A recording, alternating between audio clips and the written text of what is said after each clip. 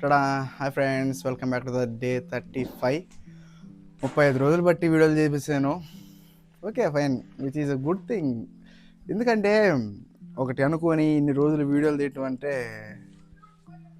కొంచెం గొప్ప విషయమే. దో ఓజీ అని చెప్పాను కదా నిన్న వీడియోలో, అదిగో వాడి చేతిలో ఉంది ఓజీ. ఇది తీసుకురారా అదే.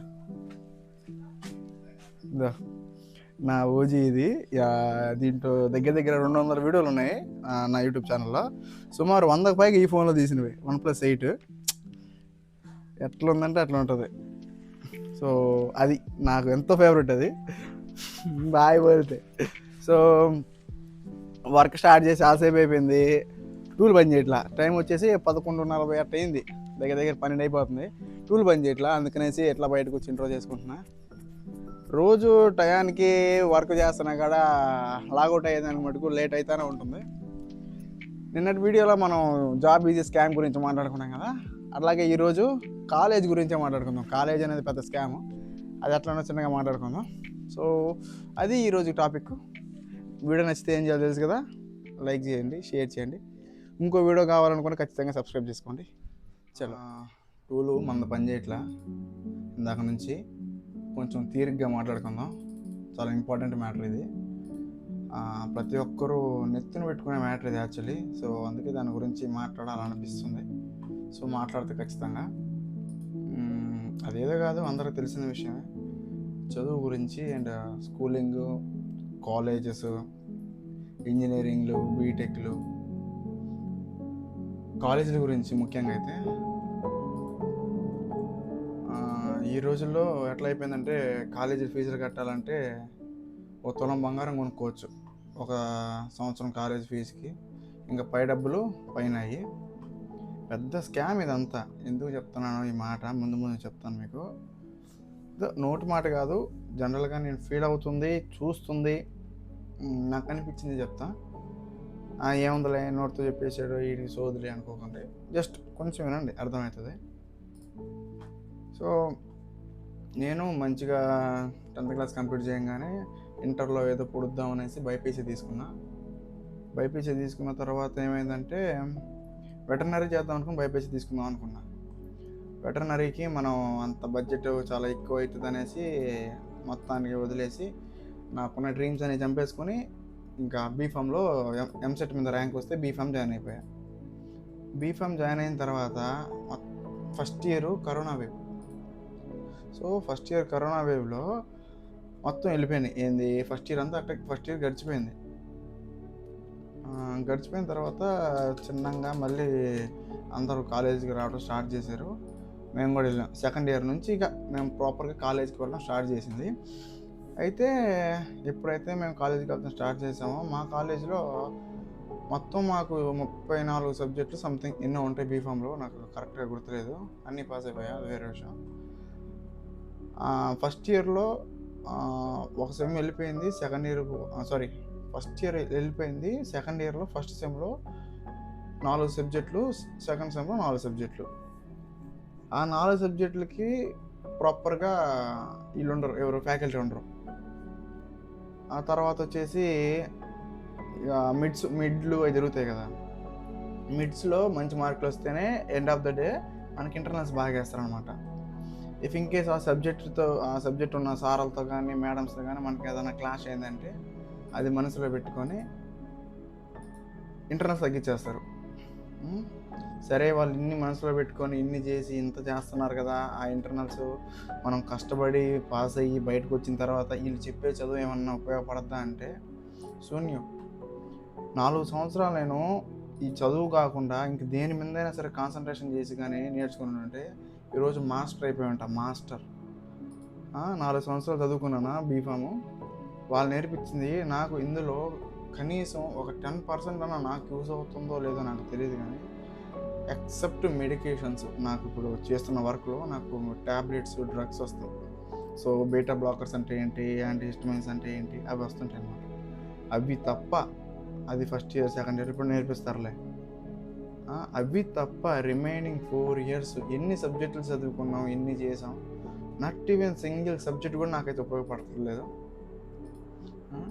ల్యాబ్స్ ఎన్ని చేయించారో, రికార్డులు ఎన్ని రాయించారో, అవన్నీ ఎందుకు చేయించారు?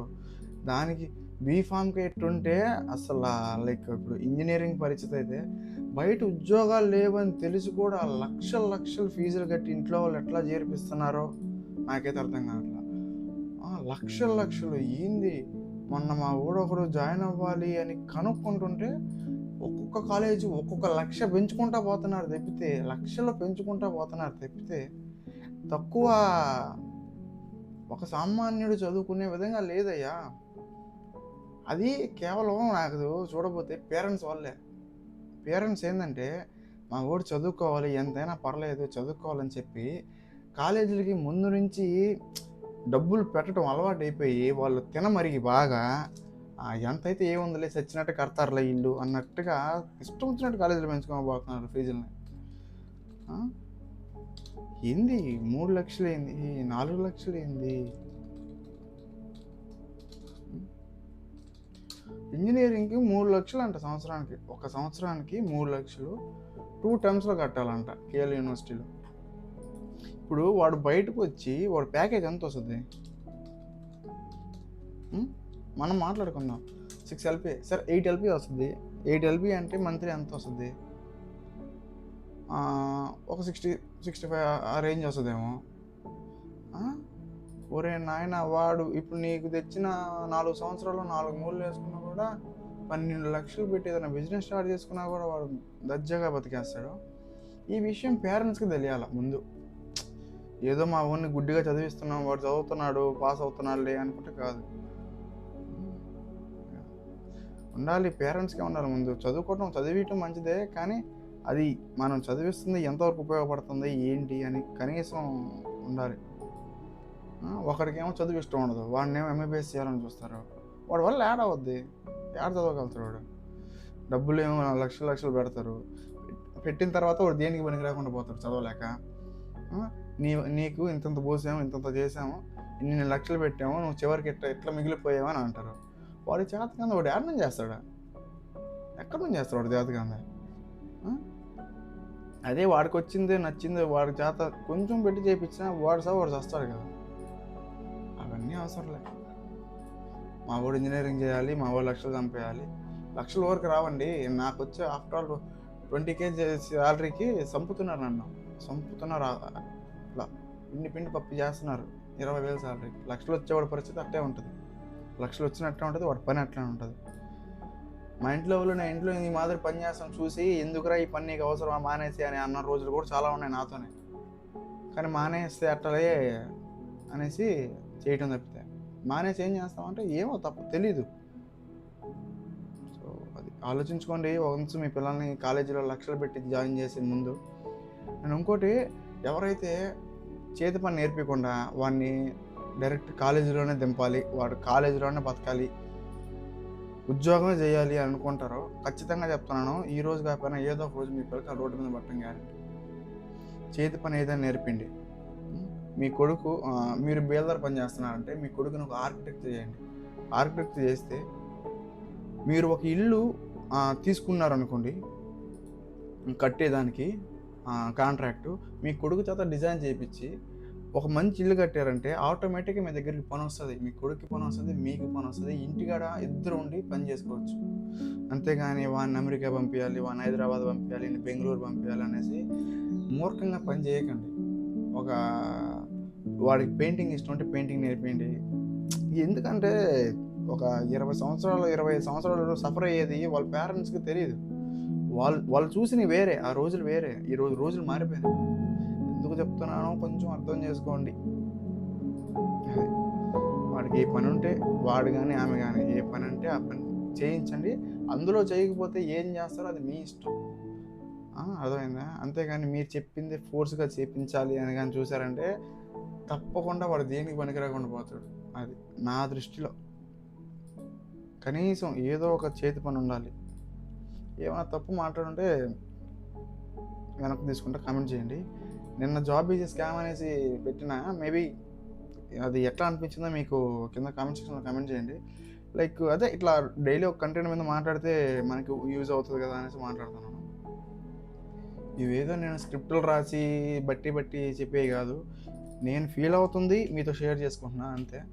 ఒక జాబు, ఒక కాలేజీ ఎట్లా ఉంటుంది ఏంటి అనేసి. టైము మిట్ట మధ్యాహ్నం అయింది, భోజనం చేసే టైం కూడా ఆసన్నమైంది. సో ఇందాక నేను మాట్లాడిన మాటలు మీకు ఎలా అనిపించాయో కింద కమెంట్ సెక్షన్లో తప్పకుండా కమెంట్ చేయండి. ఇలాగే రోజుకు టాపిక్ మీద మాట్లాడదామని అనుకుంటున్నా. చూద్దాం ఎలా ఉంటుందో. మీకు నచ్చితే కంటిన్యూ చేస్తా. చూద్దాం. ఈరోజు ఇదో వైట్ రైసు, బెండకాయ. ఇది దీన్ని ఏమంటారు నాకు తెలీదు. బెండకాయని అసలు అంటే తినేవాడు అంటే నేను చిన్నప్పుడు అంత బాగా తినేవాడిని. ఇప్పుడు కూడా తింటా, కానీ కొంచెం తగ్గించేసే.